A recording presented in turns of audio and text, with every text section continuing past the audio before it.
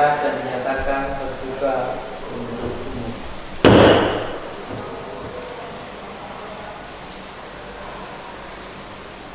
Sidang hari ini dengan agenda tunggal pembacaan putusan. Demi keadilan berdasarkan ketuhanan yang Maha Esa, Pengadilan Tinggi Nusa Tenggara Barat di Mataram yang memeriksa dan mengadili perkara-perkara pidana dalam tingkat banding telah menjatuhkan putusan seperti tersebut di bawah ini dalam perkara atas nama terdakwa Sapwan Samsul Hadi,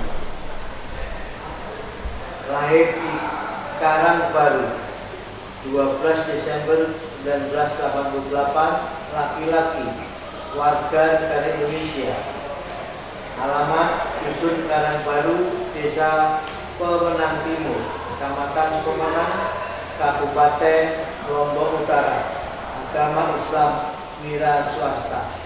Terdakwa tersebut tidak dilakukan penahanan.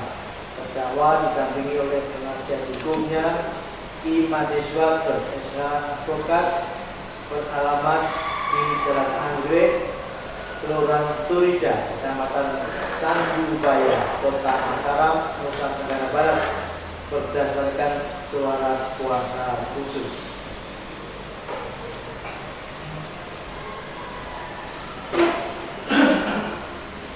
Pengadilan tinggi tersebut telah membaca sedangkan Pengadilan Tinggi Mataram September 2022 membaca surat dakwaan dari penuntut umum Pengadilan Tinggi Mataram pada 30 Maret 2022 yang September berikut yang akan dibacakan.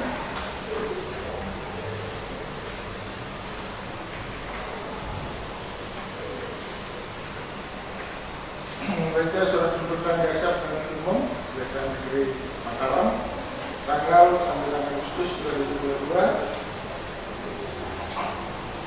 yang menuntut 1. Menyatakan terdakwa Sapwan Samsul Hadi bersalah melakukan tindak pidana mengalihkan objek jaminan perselisihan sebagaimana diatur dan diancam pidana dalam pasal 36 menurut pasal 23 ayat 2 Undang-Undang RI nomor 42 tahun 2019 tentang jaminan fidusia, menjatuhkan pidana terhadap terdakwa Sapwan Samsul Hadi dengan pidana penjara selama 1 tahun dan 4 bulan dengan perintah agar terdakwa segera ditahan dan didenda sebesar 5 juta rupiah subsidi 1 bulan kurungan. Menyatakan barang bukti berupa 27 lembar fotokopi akte jaminan dan seterusnya dikembalikan kepada PT Suzuki Finance. Menetapkan harga terdakwa bayar biaya perkara sebesar 2.500 ya. Membaca putusan Pengadilan Negeri Mataram tanggal nomor 216 Petsus 2022 dan Mataram tanggal 24 Agustus 2022 yang amanah menyatakan Sapwan Samsul Hadi tersebut dianggap terbukti secara sah dan meyakinkan bersalah melakukan tindak pidana memberi fidusia yang mengalihkan benda yang menjadi objek dari fidusia yang dilakukan tanpa prosedur tertulis terlebih dahulu dari fidusia sebagaimana dalam tunggal. Menjatuhkan pidana kepada terdakwa karena itu dengan pidana penjara selama 1 tahun dan denda sejumlah 5 juta rupiah dengan ketentuan apabila denda tersebut tidak dibayar dengan tidak kurang selama 1 bulan.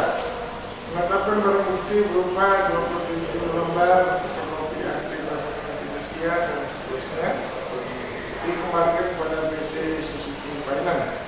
Melakukan kepada terdakwa bayar biaya perkara sejumlah 500 rupiah. Telah membaca akhir permintaan banding, relas pemberitahuan permintaan banding, relas pemberitahuan untuk membantu berkas perkara, surat keterangan banding Pengadilan Mataram tanggal 4 September 2022 melakukan jaksa penuntut umum tidak mempergunakan haknya untuk membantu berkas perkara. Menimbang bahwa penuntutan pemeriksaan dalam tingkat banding oleh penuntut umum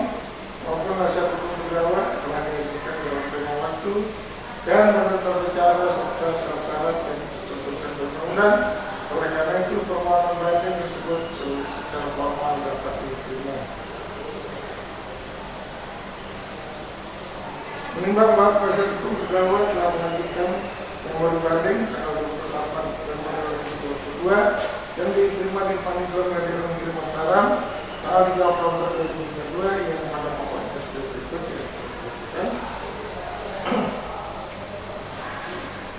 Menimbang bahwa menanggapi nomor banding yang diajukan oleh penasihat hukum terdakwa yang menyatakan bahwa tidak diberikan kesempatan untuk mengajukan pembelaan, majelis hakim tinggi mempertimbangkan jadi berikut.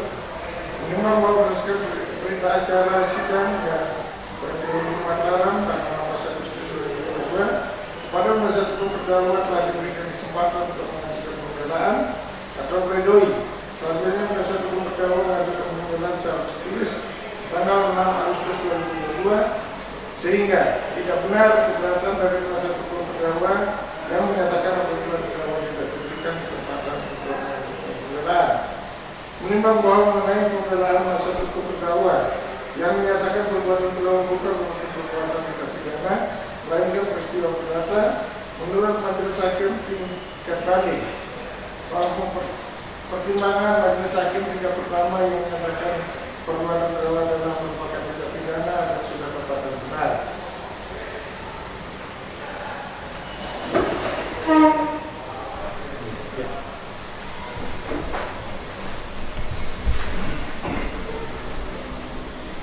Menimbang setelah majelis hakim pengadilan tinggi membaca dan memiliki beserta surat-surat yang terlampir dalam berkas perkara salinan resmi putusan Pengadilan Negeri Mataram nomor 216 Pitsus 2022 PM Mataram tanggal 24 Agustus 2022 dan memori banding dari penasihat hukum terdakwa, majelis hakim tinggi dapat mengikuti pertimbangan putusan majelis hakim tingkat pertama dalam perkara tersebut di atas, karena pertimbangan hukumnya sudah tepat dan benar sehingga diambil alih sebagai pertimbangan dalam memutus perkara ini.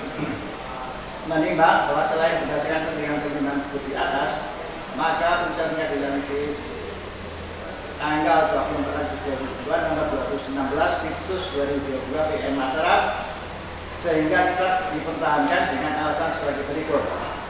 Menimbang bahwa pada pasal 1 ayat 1 Undang-Undang Nomor 4 Tahun 1999 tentang jaminan fidusia ditentukan bahwa apabila pemberi jaminan fidusia atau debitur menggadaikan atau menyewakan objek jaminan fidusia kepada pihak lain, pihak ketiga tanpa persetujuan tertulis dari pihak penerima fidusia, jelas merupakan suatu tindak pidana, di mana dalam kasus fidusia ini dapat dikenakan ketentuan pidana pada pasal 36 Undang-Undang Nomor 42 Tahun 1999 yang berbunyi pemberi fidusia yang mengalihkan, menggadaikan atau menyewakan benda yang menjadi objek jaminan fidusia dengan dimaksud dalam pasal 23 ayat 2 Undang-Undang Nomor 42 Tahun 1999 yang dilakukan tanpa persetujuan tertulis terlebih dahulu dari penerima fidusia dipidana penjara paling lama 2 tahun dan denda paling banyak 50 juta rupiah. Dengan demikian alasan penasihat hukum terdakwa dalam memori bandingnya yang mengatakan perbuatan terdakwa bukan merupakan tindak pidana harus ditolak, dan dengan ambil alih segala pertimbangan dulu Pengadilan tingkat pertama, maka cukup alasan majelis hakim Pengadilan tingkat banding menguatkan putusan Pengadilan Negeri Mataram tanggal 24 Agustus 2022 nomor 216 Pitsus 2022 PM Mataram. Menimbang bahwa karena terdakwa tetap dinyatakan bersalah dan dijatuhi pidana, maka kepada Ibu untuk membayar biaya perkara dalam tingkat banding sebagaimana ditentukan dalam putusan ini. Memperhatikan pasal 36 yaitu pasal 23 ayat 2 Undang-Undang RI Nomor 42 Tahun 1999 tentang jaminan fidusia, yaitu Undang-Undang Nomor 8 Tahun 1981 tentang hukum acara pidana serta peraturan-peraturan lain yang bersangkutan.